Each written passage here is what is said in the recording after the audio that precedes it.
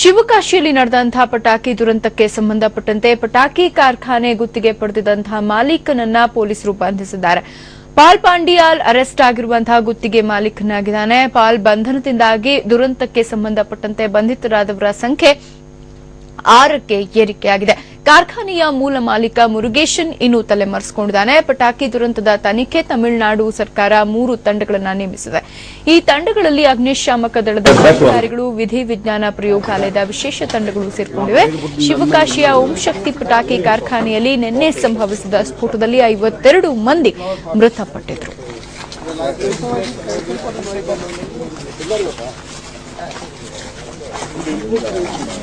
ನಮ್ಮ ಪ್ರತಿನಿಧಿ ರಮೇಶ್ ಖಂಡೀರವ ಈ ಬಗ್ಗೆ ಹೆಚ್ಚಿನ ಮಾಹಿತಿ ನೀಡ್ತಾರೆ. ರಮೇಶ್, ಶಿವಕಾಶಿಯಲ್ಲಿ ನಿನ್ನೆ ನಡೆದಂತಹ ದುರಂತಕ್ಕೆ ಸಂಬಂಧಪಟ್ಟಂತೆ ತನಿಖೆ ಯಾವ ಹಂತದಲ್ಲಿದೆ, ಏನ್ ನಡೀತಾ ಇದೆ ಈಗ ಅಲ್ಲಿ? ರಮೇಶ್, ಶೀತಲ್, ಈಗಾಗಲೇ 3 ಪ್ರತ್ಯೇಕ ತಂಡಗಳಿಂದ ತನಿಖೆಯನ್ನ ಆರಂಭಿಸಲಾಗಿದೆ. ಈ ಹಿನ್ನೆಲೆಯಲ್ಲೇ ಮತ್ತೆ ಈ ಆರೋಪಿಗಳ ಬಂಧನ ಇರಬಹುದು, ಅದೇ ರೀತಿಯಲ್ಲಿ ಸ್ಫೋಟಕಗಳ ಬಗ್ಗೆ ನುರಿತರನ್ನ ಅಲ್ಲಿಗೆ ಕಳಿಸಬೇಕು ಅನ್ನೋ ಕಾರಣಕ್ಕೋಸ್ಕರ ಇನ್ನೊಂದಿಷ್ಟು ಜನರನ್ನ ಅಲ್ಲಿಗೆ ಕಳಿಸಲಾಗ್ತಾ ಇದೆ. ಇನ್ನು ಚೆನ್ನೈಯಿಂದ ನುರಿತ ತಜ್ಞರು ಅಲ್ಲಿಗೆ ಹೋಗ್ತಾ ಇದ್ದಾರೆ. ಈ ರಾಸಾಯನಿಕಗಳ ಬಗ್ಗೆ ಅರಿವಿರ್ತಕ್ಕಂಥವ್ರು, ಫೊರೆನ್ಸಿಕ್ ನಲ್ಲಿ ಹೆಚ್ಚು ಅನುಭವ ಇರ್ತಕ್ಕಂಥವ್ರು ಶಿವಕಾಶಿಗೆ ರವಾನೆ ಮಾಡಲಾಗ್ತಿದೆ. ಅವರೆಲ್ಲರೂ ಕೂಡ ಈಗ ಸ್ಪೆಷಲ್ ಫ್ಲೈಟ್ ನಲ್ಲಿ ಒಂದು ವಿಮಾನದ ಮೂಲಕ ಮದುರೆಗೆ ಹೋಗಿ ಅಲ್ಲಿಂದ ಶಿವಕಾಶಿಗೆ ತೆರಳ್ತಾ ಇದ್ದಾರೆ.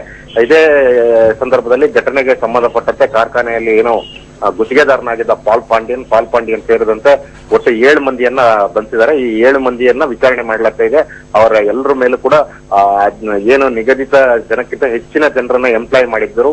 ಈ ಸಂಬಂಧದಲ್ಲಿ ಕೇಸ್ಗಳನ್ನು ದಾಖಲಿಸಲಾಗಿದೆ. ಅದೇ ರೀತಿಯಲ್ಲಿ ಸೇಫ್ಟಿ ಮೆಜರ್ಸ್ ಅನ್ನ ಫಾಲೋ ಮಾಡಿಲ್ಲ ಅನ್ನುವಂತ ಕೇಸ್ಗಳನ್ನು ಕೂಡ ದಾಖಲಾಗಿದೆ.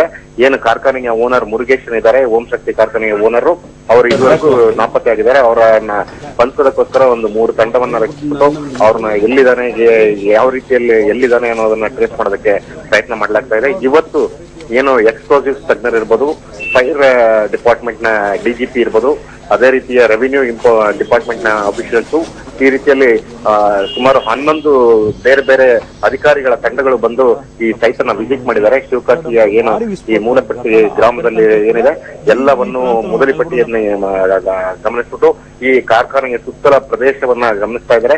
ಏನು ಸ್ಫೋಟ ಸಂಭವಿಸಿತೋ ಆ ಜಾಗಗಳು, ಅದೇ ರೀತಿಯಲ್ಲಿ ಅಲ್ಲಿ ಕಟ್ಟಡಗಳ ಅವಶೇಷಗಳು ಎಲ್ಲವನ್ನ ಇದ್ ಮಾಡಲಾಗ್ತಾ ಇದೆ. ಏನು ಎಕ್ಸ್ಪ್ಲೋಸಿವ್ಸ್ ತಜ್ಞರಿದ್ರು ಅವರು ಅಲ್ಲಿ ಇರ್ತಕ್ಕಂಥ ಏನು ಸಿಡಿಮದ್ದು ಪೌಡರ್ ಏನಿದ್ವು, ಗನ್ ಪೌಡರ್ಸ್, ಅದರ ಪಟಾಕಿಗೆ ಬಳಸ್ತಕ್ಕಂಥ ಪೌಡರ್ಗಳನ್ನೆಲ್ಲ ಸಂಗ್ರಹಿಸ್ಬಿಟ್ಟು ಇದನ್ನ ಫೊರೆನ್ಸಿಕ್ ಲ್ಯಾಬ್ಗೆ ತಗೊಂಡೋಗಿದ್ದಾರೆ. ರಮೇಶ್, ಸಾಕಷ್ಟು ವಿಚಾರಗಳನ್ನ ನೀವೀಗ ಹೇಳಿದ್ರಿ. ಅಂದ್ರೆ ಓವರ್ ಕ್ರೌಡ್ ಆಗಿತ್ತು, ಹಾಗೆ ಗೂಡ್ಸ್ ಅನ್ನ ಕೂಡ ಸಾಕಷ್ಟು ಪ್ರಮಾಣದಲ್ಲಿ ಅಲ್ಲಿ ಶೇಖರಿಸಿಟ್ಕೊಂಡಿದ್ರು. ಹೀಗೆ ಸಾಕಷ್ಟು ಅಂಶಗಳ ಹಿನ್ನೆಲೆಯಲ್ಲಿ ಒಂದು ದುರಂತ ಸಂಭವಿಸಿದೆ. ಇನ್ನೂ ಸಾಕಷ್ಟು ಪಟಾಕಿ ಕಾರ್ಖಾನೆಗಳು ಅಲ್ಲಿವೆ. ಅಲ್ಲೂ ಕೂಡ ಈ ಸೇಫ್ಟಿ ಮೆಷರ್ಸ್ ತಗೊಳ್ಳೋ ನಿಟ್ಟಿನಲ್ಲಿ ಏನಾದ್ರೂ ಕ್ರಮಗಳನ್ನ ಕೈಗೊಂಡಿದೆಯಾ ಜಿಲ್ಲಾಡಳಿತ? ಈಗಿರೋ ಇದರಲ್ಲಿ ವಿರುಧುನಗರ ಜಿಲ್ಲೆಯಲ್ಲಿ ಇರ್ತಕ್ಕಂಥ ಅಧಿಕಾರಿಗಳ ತಂಡ ಇರ್ಬೋದು, ಚೆನ್ನೈನಿಂದ ಬಂದಿರತಕ್ಕಂಥ ಅಧಿಕಾರಿಗಳ ತಂಡ ಇರ್ಬೋದು, ಮೊದಲನೇ ಭಾಗವಾಗಿ ಅವರು ಈ ಏನ್ ಕಾರ್ಖಾನೆಯಲ್ಲಿ ಏನು ಸ್ಫೋಟ ಸಂಭವಿಸಿತು, ಏನು ಫೈರ್ ಆಕ್ಸಿಡೆಂಟ್ ಆಯ್ತು, ಬೆಂಕಿ ಅನಾಹುತ ಆಯ್ತು, ಇಲ್ಲಿನ ಈ ತನಿಖೆಯಲ್ಲೇ ಮೊದಲು ಮುಂದಾಗಿದ್ದಾರೆ. ಅದೇ ರೀತಿಯಲ್ಲಿ ಫೈರ್ ಸೇಫ್ಟಿಗೆ ಸಂಬಂಧಪಟ್ಟಂತೆ ಎಲ್ಲ ಕಾರ್ಖಾನೆಗಳಿಗೂ ಸುತ್ತೋಲೆಗಳನ್ನ ಕೊಡಲಾಗಿದೆ. ಏನು ಫೈರ್ ಸೇಫ್ಟಿ ಮೆಜರ್ಸ್ ಅನ್ನ ಖಂಡಿತ ಫಾಲೋ ಮಾಡಬೇಕು, ಕಡ್ಡಾಯವಾಗಿ ಫಾಲೋ ಮಾಡಬೇಕು. ಯಾವುದೇ ರೀತಿಯಲ್ಲಿ ಅಲ್ಲಿ ಯಾವುದೇ ಒಂದು ಕೊರತೆ ಇರಬಾರ್ದು ಅನ್ನುವಂತ ಸುತ್ತೋಲೆಯನ್ನ ನಿನ್ನೆ ರಾತ್ರಿನೇ ರವಾನಿಸಿದ್ದಾರೆ ಎಲ್ರಿಗೂ. ಎಲ್ಲ ಪಟಾಕಿ ಕಾರ್ಖಾನೆಗಳನ್ನ ಕೂಡ ಶೋಧನೆ ಮಾಡೋದಕ್ಕೆ ಕೂಡ ಜಿಲ್ಲಾಧಿಕಾರಿ ಆದೇಶ ಕೊಟ್ಟಿದ್ದಾರೆ. ಏನು ಈ ತನಿಖೆ ನಡೀತಾ ಇದೆ, ಇದಾದ ನಂತರ ಎಲ್ಲ ಪಟಾಕಿ ಕಾರ್ಖಾನೆಗಳನ್ನ ಕೂಡ ರೆವಿನ್ಯೂ ಅಧಿಕಾರಿಗಳು, ಸ್ಫೋಟಕ ತಜ್ಞರು, ಅದೇ ರೀತಿಯ ಫೈರ್ ಡಿಪಾರ್ಟ್ಮೆಂಟ್ ನ ಒಬ್ಬ ಅಫಿಷಿಯಲ್ಸ್ ಪ್ಲಸ್ ಪೊಲೀಸ್, ಇವರೆಲ್ಲರೂ ಕೂಡ ಒಟ್ಟು ಒಂದು ತಂಡವನ್ನ ರಚಿಸ್ಬಿಟ್ಟು ಎಲ್ಲ ಪಟಾಕಿ ಕಾರ್ಖಾನೆಗಳನ್ನ ಒಂದು ರೀತಿಯ ಶೋಧ ಕಾರ್ಯ ರೀತಿಯಲ್ಲಿ ನಡೆಸ್ಬಿಟ್ಟು ಅಲ್ಲಿರ್ತಕ್ಕಂಥ ಸೆಕ್ಯೂರಿಟಿ ಲ್ಯಾಬ್ಸಸ್ ಏನು ಸೆಕ್ಯೂರಿಟಿ ಕ್ರಮಗಳನ್ನ ಕೈಗೊಳ್ಳಬೇಕು ಇದೆಲ್ಲವನ್ನ ಕೂಡ ಅವರಿಗೆ ತಿಳಿಸಲಾಗುವುದು ಅಂತ ಹೇಳ್ಬಿಟ್ಟು ಜಿಲ್ಲಾಧಿಕಾರಿ ತಿಳಿಸಿದ್ದಾರೆ. ಶ್ರೀಕಾಂತ್. ಓಕೆ ರಮೇಶ್, ಧನ್ಯವಾದ ತಮ್ಮೆಲ್ಲ ಮಾಹಿತಿಗೆ.